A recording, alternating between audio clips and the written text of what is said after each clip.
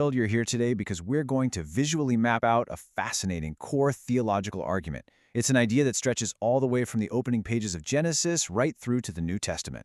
Now, if you've ever found yourself wondering about the foundational logic of the biblical text, specifically when it comes to human behavior, divine rules, and this whole concept of grace, well, you are exactly in the right place. We are going to break down the text's architecture of obedience and explore how it frames both the ultimate human problem and its solution. Okay, let's dive into our visual roadmap. Today we're covering 1. Obedience over sacrifice. 2. The test in Eden. 3. The trap of partial obedience. 4. Christ's perfect obedience. 5. The timeline of consequences. And finally, 6. Grace as the power to obey. Section 1. Obedience over sacrifice. So, the source text immediately throws a curveball at human expectation. It sets up a totally counterintuitive premise. To really get this framework, we have to look at a pivotal quote from 1 Samuel chapter 15. The text asks, "Hath the Lord as great delight in burnt offerings and sacrifices as in obeying the voice of the Lord? Behold, to obey is better than sacrifice." Did you catch that? The text sharply and immediately subordinates all these complex religious rituals to basic foundational obedience. And this brilliantly illustrates the central contrast between outward performance and inward alignment. It's a stark comparison. On one side, you have external religious activities, the rigid, mechanical actions of appeasement. But on the other side, you have the warm, organic posture of a willing heart. The framework argues that God isn't really looking for us to jump through ritualistic hoops to appease Him. He's looking for the organic posture of a heart that's actually aligned with His instructions. Section 2. The test in Eden. Now, let me ask you a question that has probably crossed your mind at some point when reading the Genesis narrative. God tells Adam and Eve not to eat from the tree of the knowledge of good and evil, or they'll die. And it brings up a very logical question, right?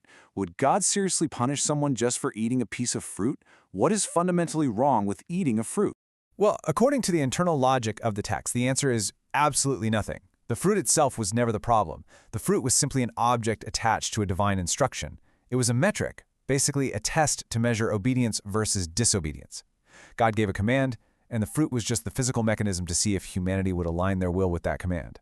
So the text frames the original failure not as some sort of weird dietary mistake, but as a fundamental breach of trust and obedience. Section 3. The trap of partial obedience.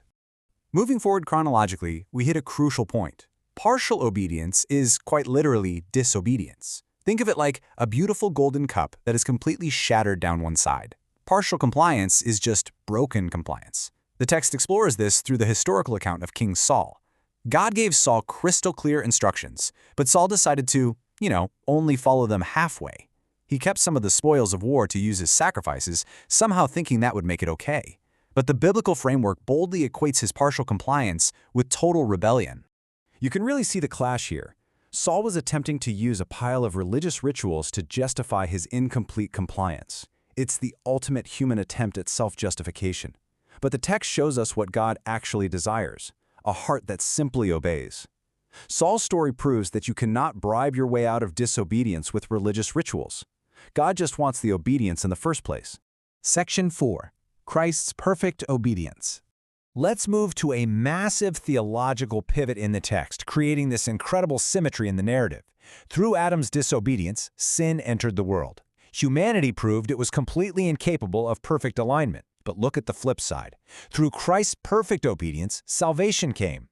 Jesus Christ perfectly obeyed the Father on humanity's behalf, completely fulfilling the law that we just couldn't manage to keep.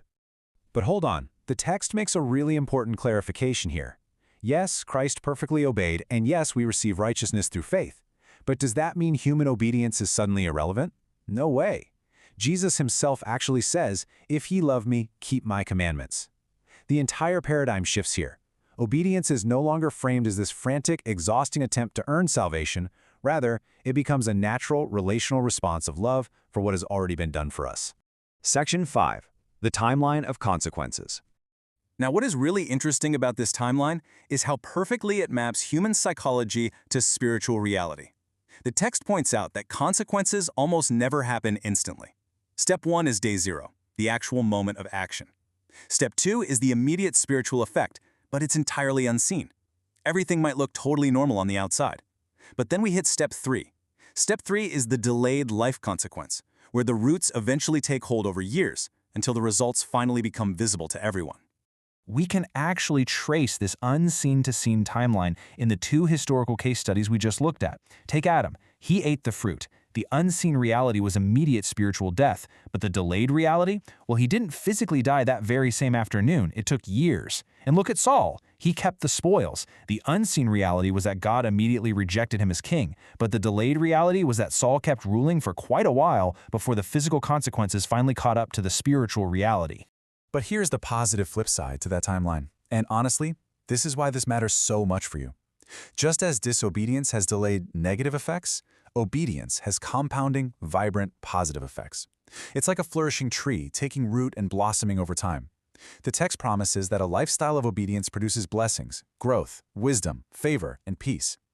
Think about a loving parent. No parent enjoys a disobedient kid. They delight in a child who listens and learns, because they know it leads to a flourishing, healthy life. The text frames God's desire for our obedience in exactly that same way. Section 6. Grace as the power to obey. Knowing that humans are fundamentally flawed, the text doesn't just bark orders at us and leave us hanging to figure it out. It introduces a highly active mechanism, the Holy Spirit, and this role is absolutely crucial. The Spirit helps us in our weakness, strengthens us to walk forward, teaches us, and most importantly, gives us the grace to actually obey. When we inevitably fall short, and we will, this mechanism allows us to receive forgiveness and keep walking forward instead of just being destroyed by our mistakes. Which brings us to a vital distinction from the source material.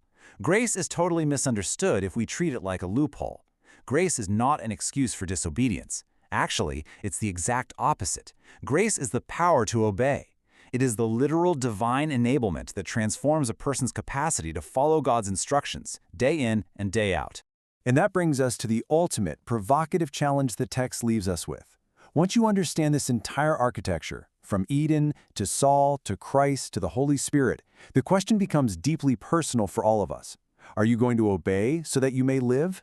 The framework argues that the choice is entirely yours, but the consequences, both unseen and seen, are a guaranteed part of the design. Thank you so much for joining me on this explainer today.